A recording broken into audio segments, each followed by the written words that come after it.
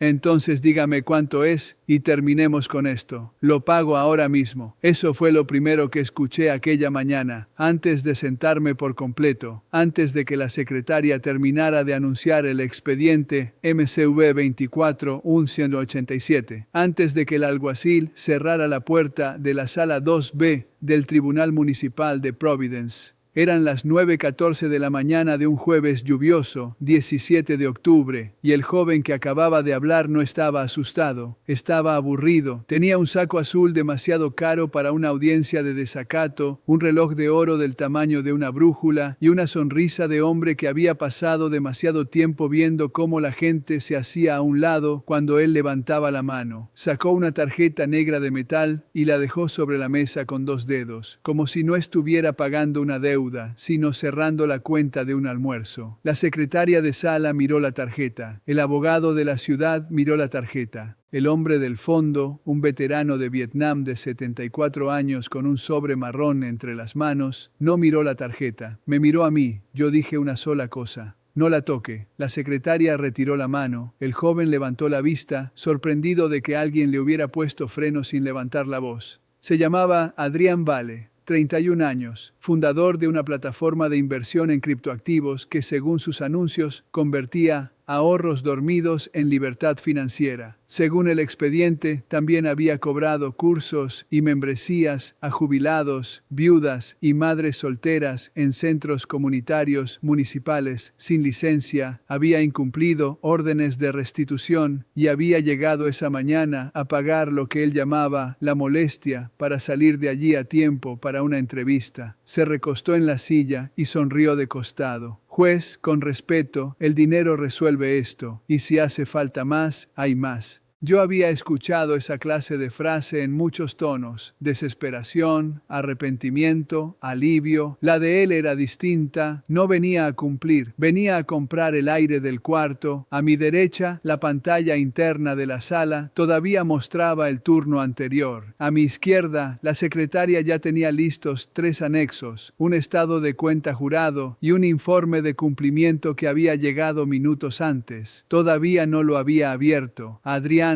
no lo sabía. Su abogada, la licenciada Mercer, sí lo sospechaba. Por eso no se sentó del todo. Por eso tenía los hombros tensos y la voz más baja que la de su cliente. Su señoría, dijo ella, mi representado está dispuesto a satisfacer los importes pendientes hoy mismo. No le contesté a ella, miré al joven. Señor Vale, acaba usted de decir, en esta sala, que el dinero resuelve todo. Él se encogió de hombros. Casi todo, un murmullo pequeño, recorrió la última fila. No era una sala llena, nunca lo son las audiencias que de verdad importan. Esa mañana había 11 personas sentadas atrás. Una madre con uniforme de autobús escolar, un anciano con bastón, una mujer de pelo blanco que no dejó de apretar un rosario, 2 empleados municipales, un periodista local con libreta doblada y el veterano, Héctor Ruiz, que había viajado 40 minutos en 2 buses para estar allí, porque el dinero que Adrián le había quitado no era dinero de sobra, era dinero para reparar el techo antes del invierno. Señalé la tarjeta. Guárdela, aquí primero se habla, después se paga, si todavía se puede. Adrián soltó una risa corta, sin sonido. Si todavía se puede, eso dije. Si ustedes alguna vez vieron a alguien entrar a una sala, creyendo que trae la salida en el bolsillo, saben lo que pasa después. Deja de escuchar, y cuando deja de escuchar, empieza a equivocarse. Quédense conmigo, porque la caída de ese joven no empezó cuando yo hablé, empezó cuando creyó que ya había ganado. La licenciada Mercer pidió que el asunto se tratara con discreción en estrados. El abogado de la ciudad se opuso.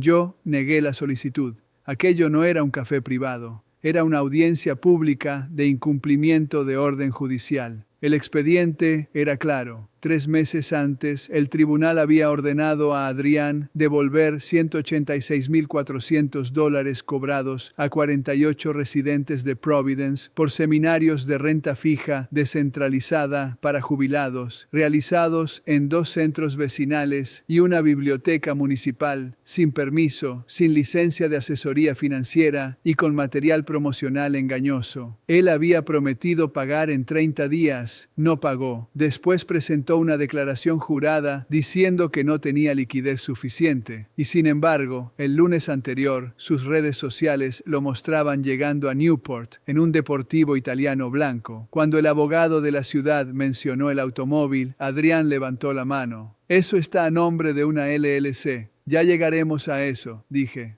Él volvió a sonreír.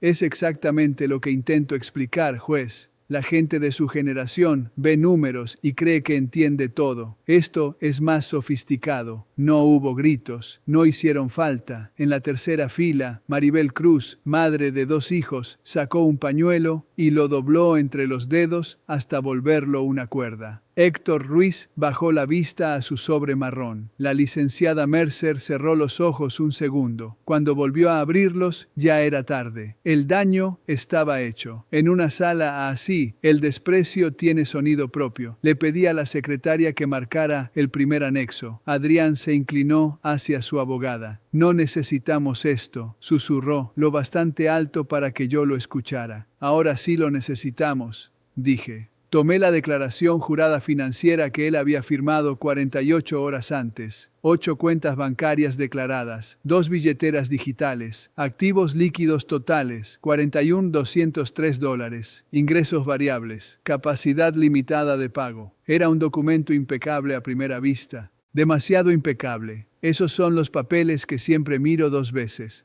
Señor Val, pregunté, ¿firmó usted esto bajo pena de perjurio? Sí. ¿Lo leyó? Obvio. ¿Lo entendió? Le molestó la pregunta. Sí, juez, no soy idiota.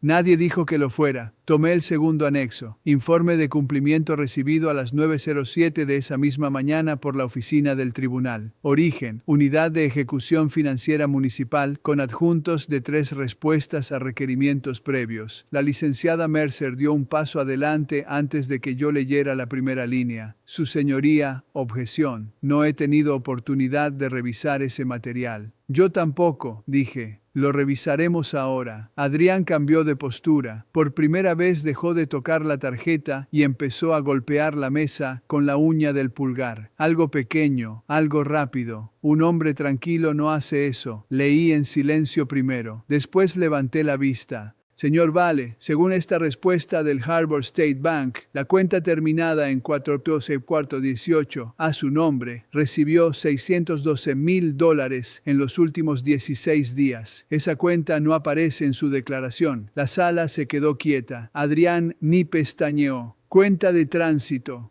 ¿Cuenta de qué? De tránsito. Entra y sale. No cuenta como liquidez. En este tribunal sí cuenta. La licenciada Mercer intervino. Su señoría, la naturaleza de las operaciones de mi cliente es compleja. Hay fondos custodiados, movimientos entre plataformas, capital no disponible. No le pregunté a usted. Miré a Adrián. ¿Ocultó esta cuenta? No la oculté. No la incluí porque no era relevante. Cuando un tribunal le pregunta dónde está su dinero, usted no decide qué es relevante. Detrás de él, el periodista levantó la cabeza. Maribel dejó de doblar el pañuelo. Héctor Ruiz siguió inmóvil. Había personas mayores que no venían a la corte buscando espectáculo. Venían buscando una sola cosa, que alguien, por fin, no les hablara como si fueran tontos. Adrián levantó ambas manos como si todavía estuviera enseñándole a un grupo cómo descargar una aplicación. Mire, yo puedo cubrir el monto, hoy, aquí, si el problema es ese, se acabó. Todavía no sabemos cuál es el problema, respondí. El problema, dijo él, es que la gente se asusta cuando escucha la palabra cripto.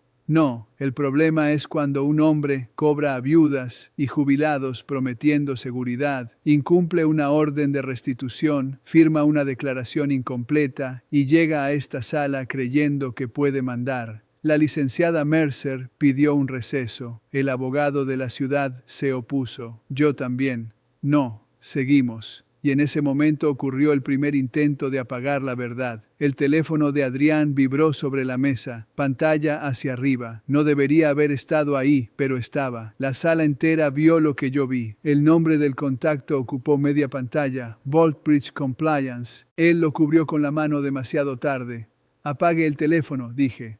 Es de negocio. Ahora está en un tribunal. Apáguelo. Lo tomó, se inclinó hacia su abogada y murmuró algo rápido. Ella negó con la cabeza. Él volvió a mirar la pantalla, rechazó la llamada. A los 3 segundos entró un correo, luego otro, luego otro. Yo no necesitaba ver el contenido para reconocer el cambio. La arrogancia tiene una respiración muy particular. Cuando empieza a fallar, el pecho se queda corto. Señor Vale, dije, permanezca sentado. No me estoy yendo. Todavía no. Si ustedes creen que eso fue lo importante, no. Lo importante vino cuando llamé a la primera persona que él esperaba no tener que volver a ver. Héctor Ruiz. El señor Ruiz se puso de pie despacio, con ambas manos sobre el sobre marrón. Llevaba saco oscuro, corbata vieja y zapatos que habían visto mejores inviernos. Caminó hasta el atril sin mirar a Adrián. Yo ya había leído su declaración, sabía los hechos, pero quería oír una sola frase de su propia boca. Señor Ruiz, ¿cuánto pagó usted?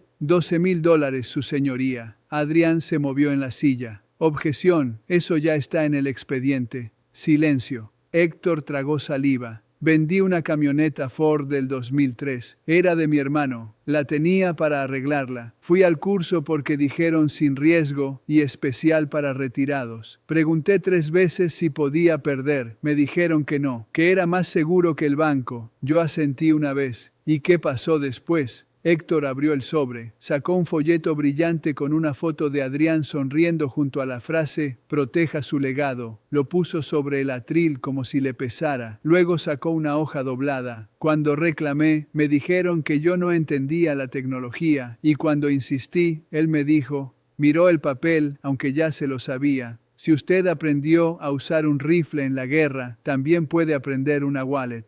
Nadie habló. Adrián giró la cabeza despacio hacia su abogada, como buscando una salida física del sonido de esa frase. No la encontró. Yo no levanté la voz. ¿Dijo usted eso, señor Vale? No recuerdo el contexto. Yo sí recuerdo las palabras. Maribel Cruz bajó la cara y se secó la nariz con el dorso de la mano. La mujer del rosario cerró los ojos. El periodista dejó de escribir por un momento. Y Adrián, que había entrado como dueño del calendario, empezó a hacer lo que hacen muchos hombres cuando una sala deja de pertenecerles. Intentó reducirlo todo a técnica. Esto es emocional, dijo. Yo hablo brusco, no es delito. No, el delito es otra conversación y se está acercando. La licenciada Mercer volvió a pedir un receso. Negado. Pidió tiempo para revisar los anexos. Le di 3 minutos en mesa, sin suspender audiencia. Mientras revisaba, Adrián tomó la tarjeta negra otra vez, la giró entre los dedos y me habló con una calma ensayada. Juez, le voy a hablar claro. Usted quiere una reparación para estas personas. Yo se la doy, el doble. Hoy, hacemos una donación al fondo de veteranos de la ciudad también. Cerramos esto bien. Todos ganan. Yo lo miré. Usted todavía cree que está comprando una mala reseña. No está en internet. Está bajo juramento. La licenciada Mercer terminó de leer y vi cómo le cambiaba el color de la cara. Tocó el tercer anexo con la yema del dedo. Su señoría, quisiera constar una objeción de competencia respecto de cualquier referencia a activos fuera de la ciudad. Constará. Ahora escuche. Leí en voz alta la parte central del informe. A las 8:52 de la mañana, 22 minutos antes de la audiencia, la cuenta no declarada terminada en 4418 había originado una transferencia de $480,000 hacia una entidad identificada como North Ledger Settlement LLC. A las 8:58, esa misma entidad había iniciado conversiones a un activo digital estable. A las 9:03, 2 billeteras no declaradas vinculadas al mismo correo y al mismo documento de identidad habían recibido fracciones de esos fondos. Y a las 9:11, la plataforma VaultBridge había emitido una alerta de revisión por intento de retiro acelerado y cierre de cuenta. Adrián levantó ambas cejas, pero ya no sonreía. Eso es operación normal. ¿Normal antes de una audiencia de desacato? Siempre opero. ¿Siempre jura incompleto también? La licenciada Mercer se apresuró. Su señoría, mi cliente no transfirió para esconder, transfirió para gestionar volatilidad. Entonces eligió el peor momento posible para parecer culpable. Adrián se inclinó hacia adelante. No me puede congelar cripto. No funciona así. Todavía no había dicho yo esa palabra. Y sin embargo, él ya estaba peleando con ella. Ahí supe que el golpe había entrado. Quédense aquí, porque lo que siguió duró menos de 20 minutos. Y cada minuto empeoró. En la corte, la verdad rara vez llega sola. Cuando llega, alguien trata de cerrarle la puerta con el cuerpo. Llamé a la oficial Elena Park, de la Unidad de Ejecución Financiera. Traía una carpeta gris y una voz que no desperdiciaba sílabas. Juró decir la verdad y explicó solo lo necesario. No vino a teorizar, vino con coincidencias verificadas. Mismo número de seguro social, mismas direcciones IP de acceso, mismos beneficiarios finales, mismo dispositivo autenticado, mismas instrucciones de retiro, 2 cuentas bancarias omitidas, 3 billeteras digitales no reveladas, un vehículo de lujo pagado desde una sociedad creada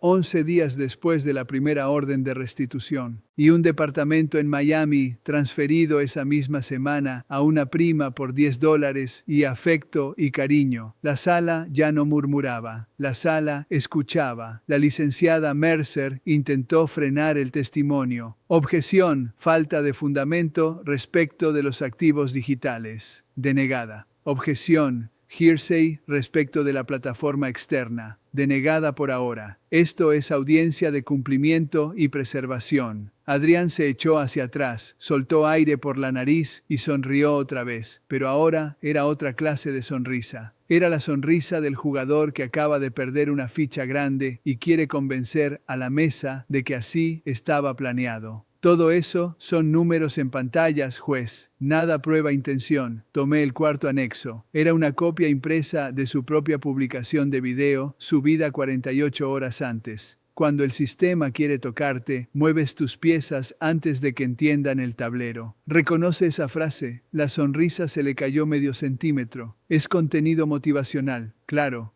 no hablaba de esto. ¿De qué hablaba? No contestó. Maribel Cruz levantó la mano desde el fondo, con timidez, como si todavía estuviera en la escuela. Le permití acercarse solo para identificar un recibo. No dije más, no hacía falta. Su uniforme azul todavía traía el nombre cosido M. Cruz. Pagó $4,800 en 3 cuotas por un plan seguro para madres que quieren independencia. Cuando reclamó, su cuenta fue bloqueada del grupo privado donde daban instrucciones. El último mensaje que recibió decía: las personas pobres siempre quieren resultados rápidos. Lo leyó en voz baja y luego se guardó el teléfono con la misma mano con la que probablemente sostenía cada madrugada la lonchera de sus hijos. Adrián movió la mandíbula.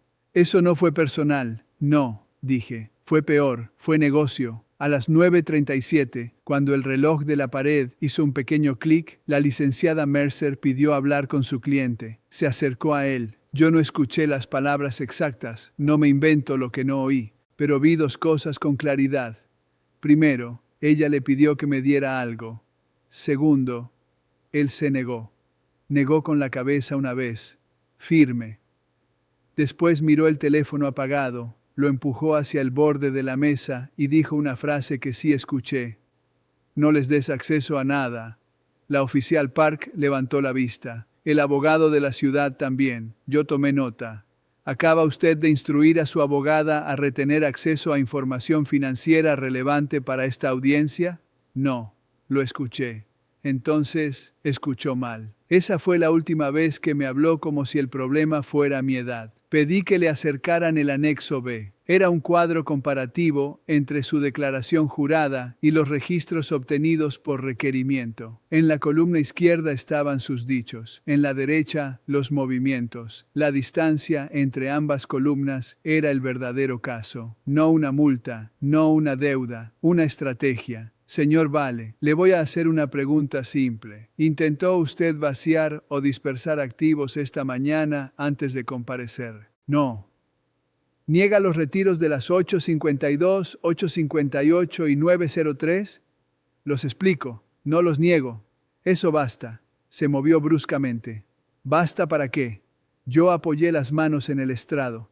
Para entender que usted no vino a obedecer, vino a adelantarse a la ejecución. La licenciada Mercer lo tomó del antebrazo. Él la apartó, no fuerte, pero delante de todos. El gesto fue más ruidoso que un golpe, porque ya no estaba actuando para mí, estaba actuando para la sala, y la sala, a esa altura, ya no lo admiraba. Si alguna vez ustedes sintieron que el mundo moderno premia demasiado al insolente, escuchen bien esta parte, porque los hombres así no caen cuando los humillan, caen cuando sus propios hábitos los traicionan. Él no pudo dejar de presumir ni cuando el piso empezó a abrirse. Juez, usted no entiende cómo funciona este mercado, dijo. Si yo cierro posiciones para pagarle a esta gente, mañana valen menos. Yo estaba protegiendo valor. ¿De quién? Del ecosistema. La palabra quedó ahí, colgando en una sala donde había una viuda con rosario, una madre con uniforme y un veterano con techo roto. No, le dije. Aquí protegemos personas. El abogado de la ciudad se puso de pie y solicitó preservación inmediata de activos identificados en la declaración, en los anexos bancarios y en las plataformas vinculadas, hasta nueva audiencia y remisión a la autoridad competente. La licenciada Mercer objetó con todo lo que tenía: competencia, debido proceso, amplitud excesiva, activos fuera del ámbito municipal, carácter preliminar de la prueba. Todo válido para pelear, nada suficiente para ignorar lo evidente. Yo la escuché completa, siempre escucho completo. La justicia que interrumpe demasiado se parece demasiado al abuso que dice combatir. Cuando terminó, miré otra vez el expediente, luego miré a Adrián. Seguía creyendo que esto era una negociación. Si su problema es liquidez, dijo, le firmo un cheque certificado por 200,000 ahora mismo. Si su problema fuera liquidez,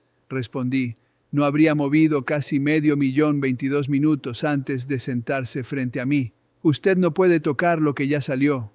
Observe. El alguacil enderezó la espalda. La oficial Park abrió su carpeta en la página final. La secretaria de sala puso las manos sobre el teclado sin apartar la vista de mí. Y en ese momento, Adrián cometió el error que terminó de hundirlo. Se puso de pie sin permiso. No llegó ni a dar un paso. Siéntese, dije. Necesito hablar afuera. No, esto es ridículo. Siéntese. No me voy a quedar mientras inventan. El alguacil avanzó medio paso. Eso bastó. Adrián volvió a sentarse, pero ya no era el mismo joven de las 9:14. Ahora tenía el cuello rígido y las manos demasiado quietas, como si moverlas pudiera empeorar algo. Entonces dicté la orden. La dicté despacio, para que no hubiera malentendidos ni escapatoria de lenguaje. Ordené la preservación inmediata y congelamiento temporal de todos los fondos identificados en la declaración jurada del señor Adrián Vale, en las cuentas terminadas en 418 y 9072, en las entidades North Ledger Settlement LLC y Vale Strategic Holdings, y en los activos digitales vinculados a las billeteras consignadas en los anexos B a F, en la medida en que estuvieran bajo acceso, custodia, control o beneficio del compareciente, directa o indirectamente. Ordené además que no se admitiera ningún pago parcial ni total como sustituto de la audiencia de desacato hasta completarse la trazabilidad de fondos. Remití copia certificada a la Autoridad Estatal de Regulación Financiera y a la unidad de fraude correspondiente. Fijé nueva audiencia para 48 horas después y añadí una frase final que no estaba en mis papeles cuando entré esa mañana. Este tribunal no será utilizado como lavadero moral de dinero sospechoso. La licenciada Mercer cerró los ojos. La oficial Park ya estaba entregando notificaciones. La secretaria imprimió la orden. El abogado de la ciudad pidió copias de inmediato. El periodista, por primera vez en toda la mañana, dejó de escribir y simplemente miró. Adrián tardó 3 segundos en entender lo que había pasado. Los vi. 1, 2, 3.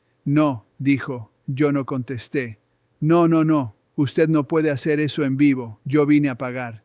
Llegó tarde. Páguelo de ahí mismo, le dije, señalando la nada donde minutos antes él creía tenerlo todo. Se volvió hacia su abogada. haz algo. Ella no respondió enseguida. Revisó la orden, miró los anexos, miró las horas de las transferencias, miró a su cliente. Después dijo la frase más honesta que se escuchó de su lado en toda la mañana. Le dije que declarara todo. Él abrió la boca, la cerró. Miró a la oficial Park como si pudiera asustarla. No pudo. Miró al alguacil como si pudiera esquivarlo. No pudo. Miró a Héctor Ruiz, y ahí fue donde ocurrió el verdadero veredicto, aunque no salió de mis labios. El señor Ruiz no sonrió, no levantó el puño, no celebró, solo acomodó despacio su sobre marrón bajo el brazo y sostuvo la mirada. Eso fue todo, la mirada limpia de un hombre viejo que había trabajado toda la vida, frente a un joven que confundió inteligencia con permiso, y Adrián la bajó primero. A las 9:49 de la mañana, 11 minutos después de mi orden, el teléfono de la mesa de la secretaria recibió confirmación de acuse de 2 entidades financieras locales. No leí el contenido en voz alta, no hacía falta dramatizar lo que ya era suficientemente grave. La oficial Park asintió una sola vez. La licenciada Mercer pidió constancia de su oposición. Se la concedí. Adrián extendió la mano hacia la tarjeta negra que había dejado al principio. Ya no la tomó con elegancia. La tomó como se agarra un salvavidas pinchado. Todavía intentó una última maniobra. Juez, dijo, ahora sí con la voz apretada. Si coopero, ¿esto se puede deshacer hoy? Lo miré fijo. Hoy no. Yo puedo transferir a las víctimas directamente. No. Puedo traer contadores, peritos, quien quiera.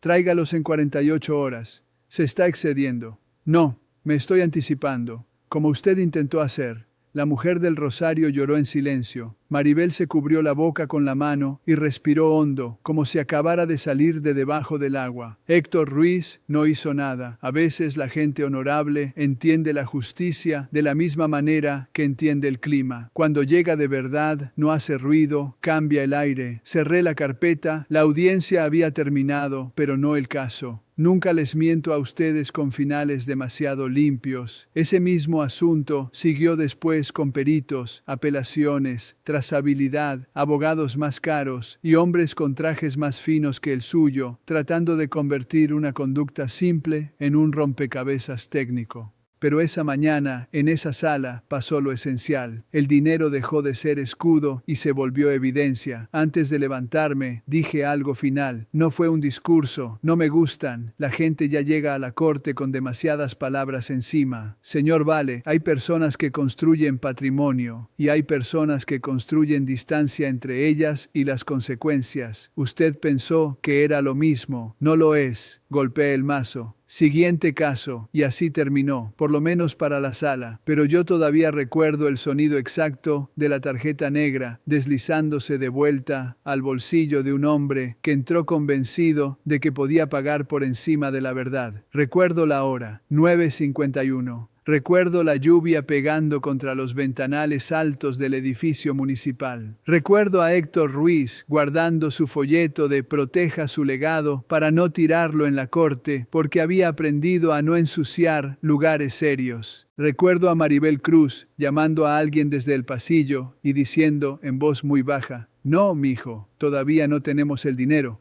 pero ahora sí lo van a buscar». Y recuerdo algo más.